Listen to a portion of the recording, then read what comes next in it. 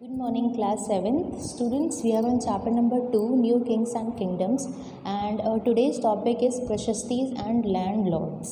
So, प्रशस्ति का मतलब किसी की तारीफ़ करना, और राजा क्या है अपनी प्रशस्ति करवाएगा ताकि वह जनता को ये बताए कि उसने क्या क्या अच्छे काम किए, बुरे तो कोई लिखवाएगा नहीं। तो प्रशस्ति क्या है? Detail about rulers and valent and victorious victory, उनकी विजयी, वो कितने ज़्यादा विजयी हैं, कितने ज़्यादा बहादुर हैं, उन्होंने किन किन वॉर्स में पार्टिसिपेट किया, क्या क्या अच्छे काम किए, वो क्या है वो प्रशस्ति के अंदर राइट डाउन करवाएंगे। अब वो प्रशस्ति कंपोज कौन करता है? सो प्रशस्ति वॉज कंपोज बाय ब्राह्मण्स उन प्रशस्तियों को लिखते हैं। ब्राह्मण्स को जब ये प्रशस्ति लिखते हैं तो उन्हें रिवॉर्ड दिया जाता है, उन्हें पुरस्कार दिया जाता है, और पुरस्कार में उन्हें क्या दिया जाता है? लैंड दी जाती है, ज़मीनें दी जाती हैं। अब जब किंग ने उनको ज़मीन दी ब्राह्मण्स को, तो अब जो भी ग्रांट उन्होंने किया, मतलब जो भी उन्हें दिया, अब उसका रिकॉर्ड भी रखना पड़ेगा। तो वो रिकॉर्ड रखा जाता है कॉपर की प्लेट्स पे। पहले तो प्रशस्ति लिखवाई, उसके बाद जब ब्राह्मण्स को रिवॉर्ड देते हैं, मीन्स उन्हें पुरस्कार देते, पुरस्कार के बारे में भी जो लेखा जोखा होता है वो भी कॉपर प्लेट्स के अंदर वो लिखते हैं, ताकि पता चले कि किस किस को क्या दिया है राजा ने ना। अब फेमस प्रशस्ति की बात करें तो एक फेमस प्रशस्ति है जो कि ग्वालियर एमपी में मिली थी, जो कि संस्कृत में रिटन है। वो किसके बारे में बताती है? Describe the exploits of Nagabhata. Nagabhata एक प्रतिहार किंग थे, उनके बारे में ये प्रशस्ति है। कहाँ मिली हमें? बाय द आर्कियोलॉजिकल सोर्सेस हमें मिली थी ग्वालियर में, जो कि कहाँ पर है? एमपी में, संस्कृत में लिखी गई है। Now we will move forward to a next topic which is Uttaramerur inscription. So inscription का मतलब क्या होता है? कोई भी ऐसा पत्थर अगर वो किसी डायनेस्टी के बारे में डिस्क्रिप्शन दे रहा है तो वो उस डायनेस्टी का क्या हो गया? इंस्क्रिप्शन हो गया। कोई भी लिखित सामग्री अगर हमें किसी भी चीज़ पर मिलती है वो क्या है? इंस्क्रिप्शन। सो उत्तरामेरूर इंस्क्रिप्शन चोला डायनेस्टी के बारे में, जो कि तमिलनाडु में है, वो बताती है कि उनके जो रूलर्स हैं,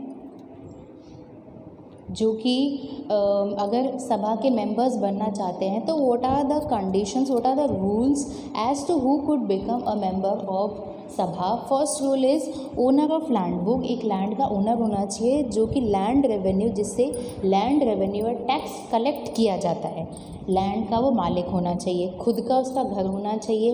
एज उसकी होनी चाहिए 35 to 70 ईयर्स के बीच में, एंड उसको वेदों की नॉलेज, डीप नॉलेज होनी चाहिए।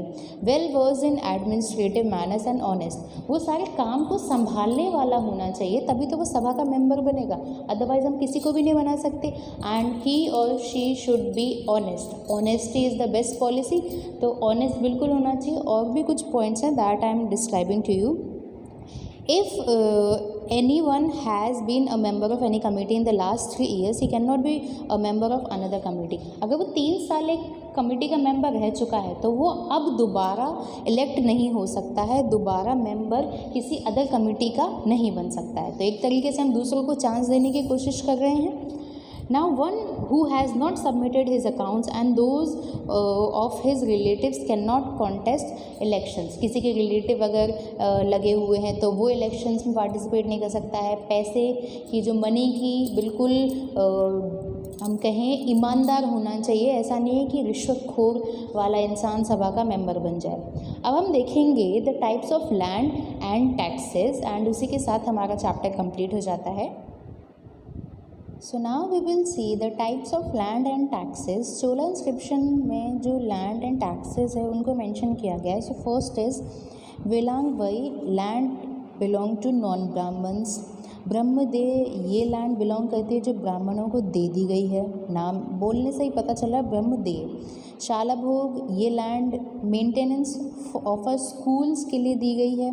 देवदान, तिरुना मट्टकानी, ये लैंड टेम्पल्स के लिए दी गई है। थोड़े नाम टिपिकल हैं, बोलने में प्रॉब्लम्स होती है, बट इनको 2-3 बार देखेंगे तो पता चल जाएगा। देवदान टेम्पल के लिए, शालभोग स्कूल्स के लिए, ब्रह्मदेव ब्राह्मणों के लिए। Now the